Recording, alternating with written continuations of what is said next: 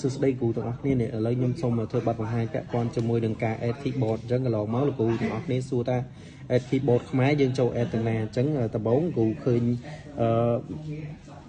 home screen អញ្ចឹងមកគ្រូតមកគ្រូចូល setting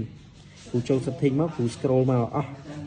គ្រូ scroll មកអស់មកតមកគ្រូមើលពាក្យ system គ្រូមើលពាក្យ system មើលពាក្យ system គ្រូចូល system មកតមកគ្រូមើលពាក្យ language and input គ្រូចុច tick លើនឹងមកតមកគ្រូ add language មកនេះគ្រូចូលមកនេះ language តមក add language តមកគ្រូ search មកគ្រូ search ខ្មែរមកក៏បានដែរ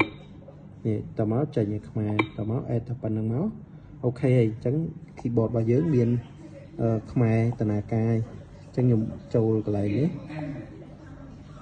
តមកខ្ញុំយកពាក្យ search ហើយខ្ញុំវាយនេះអញ្ចឹងមានខ្មែរមានអីយើងអាចតនាការធម្មតាអញ្ចឹងវីដេអូហ្នឹងមានតែប៉ុណ្្នឹងទេអរគុណលោកគ្រូទាំងអស់គ្នា